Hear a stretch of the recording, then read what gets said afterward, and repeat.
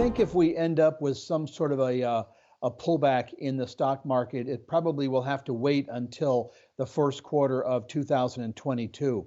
We have some pretty favorable seasonals going on right now. Historically, since World War II, from the October low through the year-end close, the S&P has gained an average of 7.2% and has risen in price 92% of the time. Also, because we just recently, last week, got back to a new high, in a sense, recovered everything that we lost in the most recent pullback, that history says we traditionally continue to advance for an average of almost 100 calendar days, and we tend to add an average of 8.5% to share prices before falling into a new decline of 5% or more. So, take whichever indicator you want. Between now and the end of the year, 7.2% is the average gain. Following the recovery from losses at a recent pullback, the average increase is close to 8.5% over the coming 100 days. So I still think that we've got some positive seasonals in our favor over the next couple of months. Well, I think the major reason is that OPEC continues to maintain its fairly small 400,000 increase in oil production per month. And so that is something that is not going to help to alleviate the upward pressure on oil prices. Also, we're seeing increased economic demand globally, especially in the emerging markets, because of the COVID restrictions being lifted. And because of that, that is putting upward pressure on oil prices. So it's simply supply and demand. The supply is not growing as rapidly as demand. I did a study a couple of weeks back looking at the correlation between oil prices and styles, sizes, and sectors within the S&P, and found that basically all of these sectors, styles, and sizes had positive correlation with oil prices, because if oil is going up, it's traditionally because economic activity is increasing, and as a result, earnings are growing.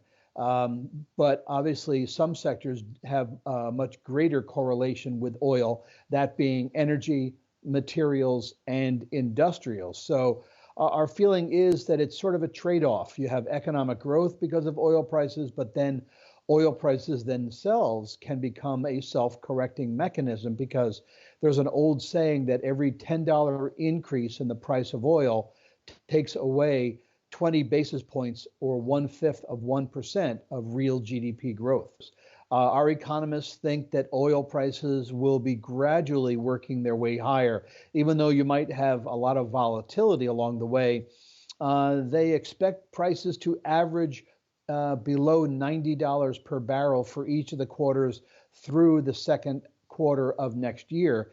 But then in the third quarter, break above that $90 per barrel threshold, mainly because economic growth is expected to continue to expand both here and abroad. That because of limited supply of coal in China, that they would probably look to switch elsewhere. There doesn't appear to be an abundance of natural gas that they could go to. Alternative fuels, however, that would relieve the pressure on oil.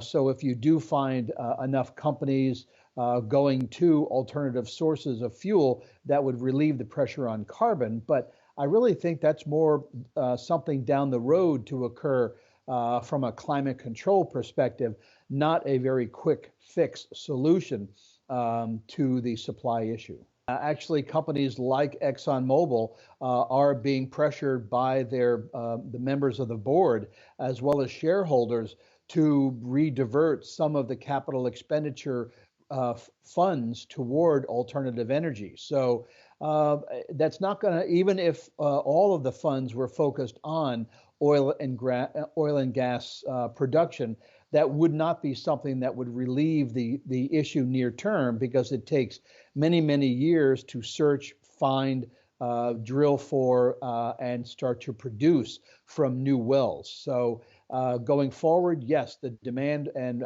emphasis will likely be on alternative fuels. But for right now, what's going to resolve this supply-demand imbalance is that those proven resources are opened up more freely and allowed to flow into the marketplace as soon as possible. Well, we do have expectations that December will be the highest quarter for year-on-year increases in inflation, and also that would correspond to the fourth quarter, where we're looking for a 5.8% year-on-year increase. However, because it is a year-on-year comparison, we believe that the headline CPI will be coming down as we move into 2022.